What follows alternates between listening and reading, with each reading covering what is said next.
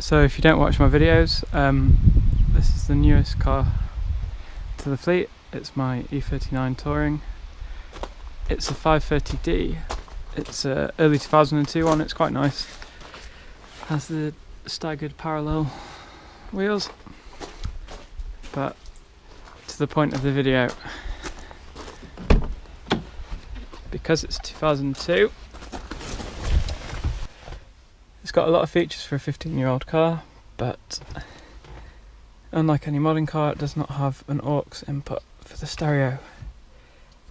And because this is an early 2002, it doesn't even have the functionality on the stereo for an aux. If your E39 was made before September 2002, the stereo just won't be able to cope with aux.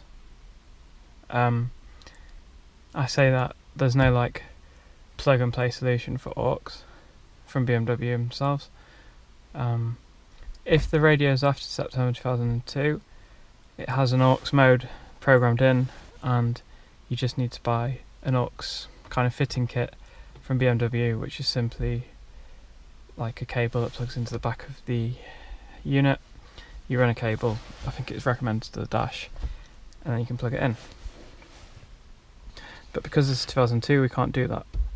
So I'll give you all the more expensive options first, which you might as well consider because I'll give you all the options. So the first option, which is probably the simplest, is just to upgrade the whole unit to an aftermarket, head unit.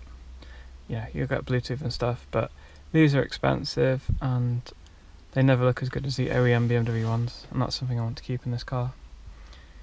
Second option is just to buy a second-hand upgraded radio, so a 2002 or September 2002 onwards radio, 2003 to be safe.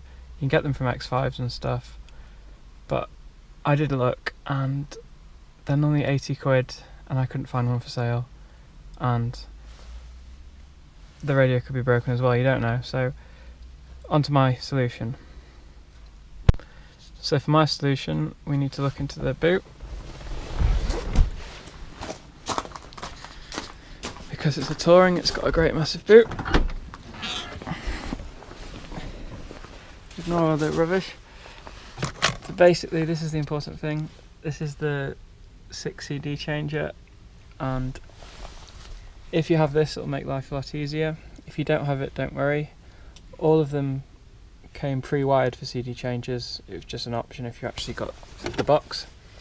And the trick is basically we're going to trick the wires that go from the CD changer up to the head unit, and we're going to install our aux into that, and it'll think it's playing a CD, whereas it's actually playing an iPod or something. Like I said, the cable's the important part. The actual changer isn't crucial, but it does help. I'll show you why. The first step is to remove the CD changer. So like any job, you're going to need a few tools. You're going to need a drill. If you want the installation to be nice, I'll show you what I mean later. You're going to need a drill bit, electrical tape, soldering equipment if you want to solder, basic socket set. Spanners might do it, but you kind of got to go quite deep there, so sockets are easier. Just power, really. In terms of actual stuff you need to buy, so you need to buy just a normal aux cable and a RCA, so this is 2 male RCAs into a 3.5mm female socket. I'll get onto why this is important later. You can buy just RCA into, say, an aux, so it would look like, it would look like that end into this end. But these break, and you don't want to have to keep replacing the wire that you've routed all the way underneath your carpet and stuff. So it's much easier to install the socket, so drill a hole, plug this in, and then if this cable breaks, it's all kind of within the dash of the car, or the cabin of the car, so you can just replace this rather than having to redo all your holes and stuff. But you're going to need a long, I go 3 meters RCA cable. Make sure you get a good quality one, not the cheap ones, you know. You want the ones with the really thick wires. So yeah, try and get as good quality as you can. You want the gold plated one, and preferably get a female end on one side. See, these are 2 females, which will plug into our 2 RCA ones that I showed you before, these ones. And on the other end, it doesn't really matter because you're going to cut them. Forgot to add, you'll need some sort of knife as well to be cutting and splicing wires, or wire cutters if you have them, they're easier. Did I say an electrical tape and soldering equipment if I didn't say that? First step is pretty simple. You just want to, if your car has it, remove the CD changer from its mounting. There are 3 nuts there. So pull out the unit. It's going to have some wires, but you should be able to pull it around and they're still plugged in. Now once you pull it out, you're going to see 2 connectors, a smaller one and a bigger one. The small one is the power cable, which we don't need to mess with if you have the CD changer, and the big one is the kind of audio cable. So unplug the audio cable, and if you're worried about which one's which, just trial and error will tell you which one's power. So for the sake of argument, we've unplugged the big one and left the small one plugged in. Now if this thing still has power, it'll let me open the CD, which it does. Yep. Now if your car didn't come with CD changer, you can still do this. So still follow the steps, what we're going to do to, you know, splice our iPod connection or aux connection into the pre-wired audio cable. But you're going to need to work on the power cable, because obviously your power cable won't be plugging into a CD changer. Now, if these are cheap, maybe buy one if it's £5 or something. If not, then you can trick the power cable into thinking it's got current by putting a resistor on it or something. There'll be something on the internet, but find a solution for getting power, because it needs power. It needs to think it's playing a CD. Use a resistor or something, and then now you can follow the normal part of the video, which is the same for everyone. So let's do that.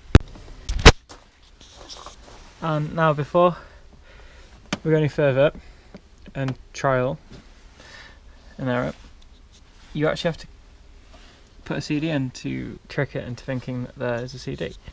It doesn't matter if it's a real CD or not, because the audio is not plugged in, but all I had was a PS1 game. It's a good game actually, Drive It. So, let's try this, guys. Yeah, so put your magazine in. Now, because there's no audio, it's not actually going to play any of the audio, because we've disconnected the audio, but it somehow has to know that there's a CD in. I don't know why. Now, before trying to work out which wires are which, it's a good time now to connect your iPod, because you're going to need a signal, or your aux, sorry.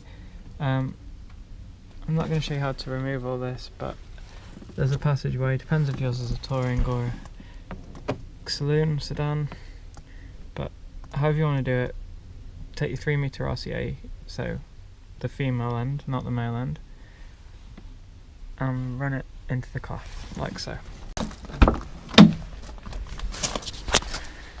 There are other videos, but you can normally go under the bench, and this is where mine comes. Just look it up. And here's my output. Now, this should be the easiest part of the installation. You know, red to red, white to white. There you go. Now you've got a socket. I'll show you later how I'm going to install the socket, you know, nicely, but for the sake of getting the iPod working, let's just do this.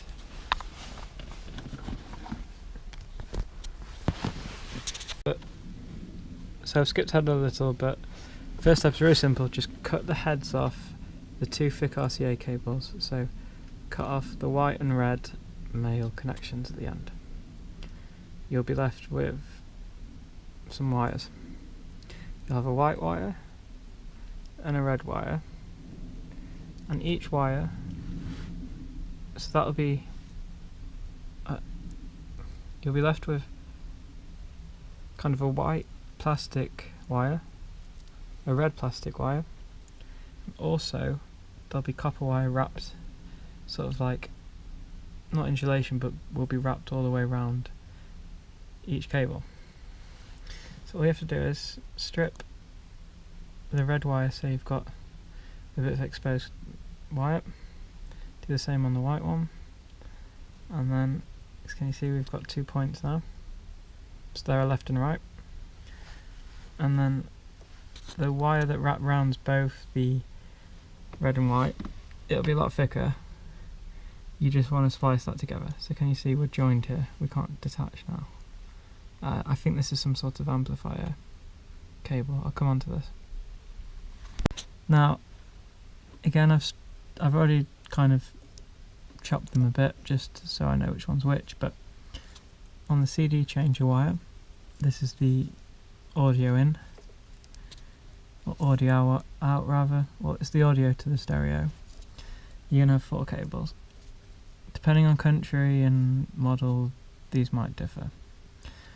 But, so I'll tell you what I did like on mine, but it might not be the same for yours. But there was no guide on the internet for mine, so all I simply did was I knew that say these white and red cables were my left and rights. I just started tapping them against each wire until I heard something. Then I got my other cable and started tapping that, and basically you'll get to a stage where you found your left and right. So in my example, my white wire, left hand side, goes into the yellow BMW wire. My red goes into the black wire. And now you're left with your kind of RCA amplifier cable. So with just the left and right plugged in, you'll be able to hear it. You can hear the songs, but it's quite quiet. I'll actually try and show you. Put the car on CD mode. There you go, CD check. It's picked up a CD. Now, just to show you this trial and error, I've plugged in, there's better light, yellow to white and red to black. Now, if you listen carefully, so you can hear that's quite faint. Because we found our left and right, we now need the amplifier cable. Now the amplifier cable is the one I said before. It's the fat cable that you splice the 2 RCAs together, and in my example I connect it to this brown one.